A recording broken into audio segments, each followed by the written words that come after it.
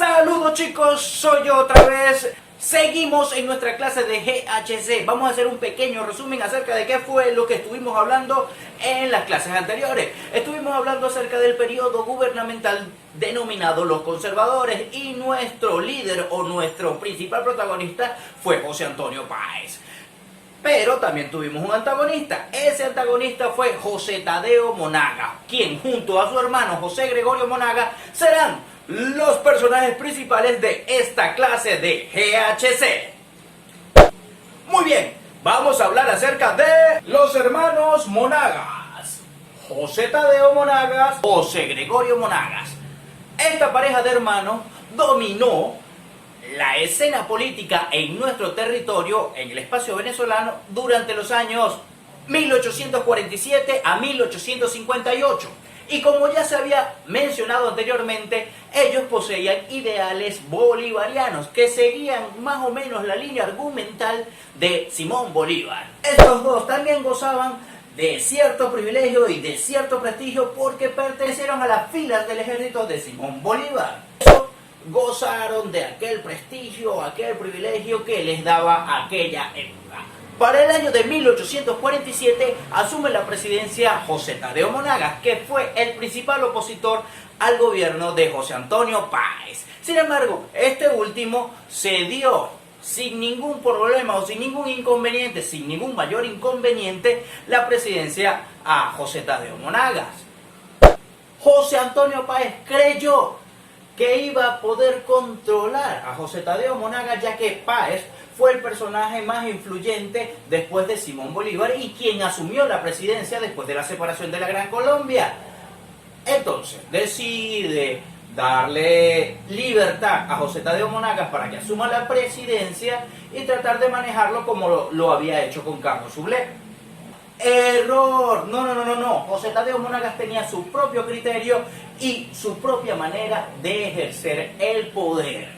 Recién tomando el poder, tomó algunas decisiones en las que José Tadeo Monagas no estaba de acuerdo con José Antonio Páez. Alguna de esas decisiones fue eliminar la pena de muerte para Ezequiel Zamora y Antonio Guzmán Blanco, quienes habían sido señalados como traidores. De hecho, fueron exiliados, luego volvieron al espacio venezolano y José Tadeo Monagas decidió incluirlos dentro del gabinete gubernamental de este. José Antonio Páez no le hizo mucha gracia y se dio cuenta por allí de que no iba a poder manejarlo como lo había hecho anteriormente. Es por ello que durante este periodo gubernamental existe esa ruptura, ya no son los conservadores, sino los liberales. Ya quedó claro que José Tadeo Monagas no pretendía ceder el poder a José Antonio Páez.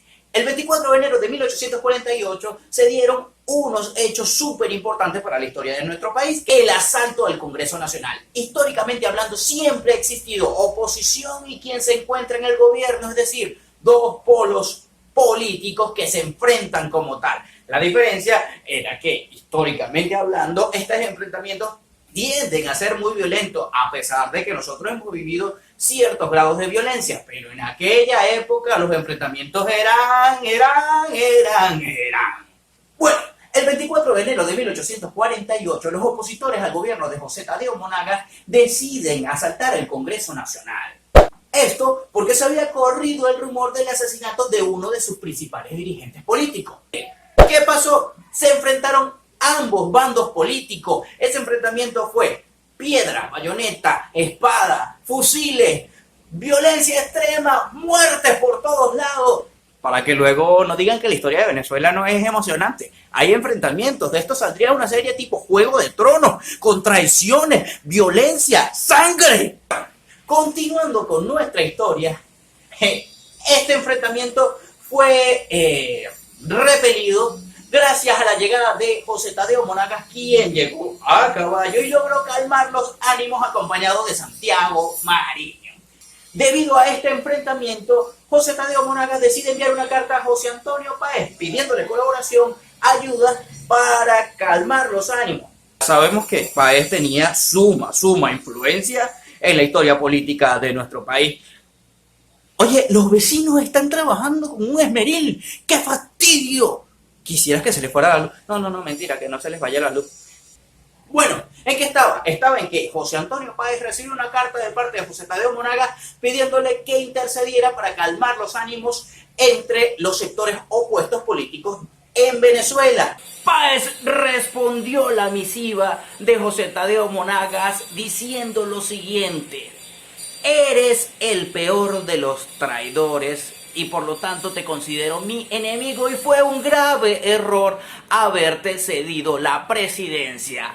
Obviamente esto fue una declaración de guerra. Para enero de 1848, Páez se encontraba de alguna manera organizando su ejército. En marzo del mismo año, en 1848, se dio el primer enfrentamiento entre el ejército de José Tadeo Monagas y José Antonio Páez. Batalla, escaramuzas, explosiones, muerte y finalmente José Antonio Páez es derrotado. Irá a Colombia, pero siempre hay un pero. Al siguiente año, en 1849, logra invadir a Venezuela desde Curazao y se da un segundo enfrentamiento entre el ejército de José Tadeo Monagas y José Antonio Páez, donde José Antonio Páez resulta derrotado nuevamente. Sí, señores, derrotado nuevamente José Antonio Páez, aquel que dirigió en primera fila el ejército en la batalla de Carabobo y que batalló junto a Simón Bolívar. Este hombre que había ganado tanto prestigio se encontraba derrotado. Muy bien. ¿Qué pasó? Fue apresado, se le colocaron grilletes en los pies, fue humillado, se le gritaba abajo el rey de los Araguatos, haciendo referencia a ese enfrentamiento donde fue vencido. El encargado de velar por su, digamos, porque no se escape, fue Ezequiel Zamora, de quien hablaremos más adelante en otro periodo histórico, porque también representa un momento histórico importante en nuestro país con respecto a la Guerra Federal, pero ya hablaremos de eso luego. ¿Qué pasó en Venezuela luego de que desaparece de la escena pública José Antonio Páez?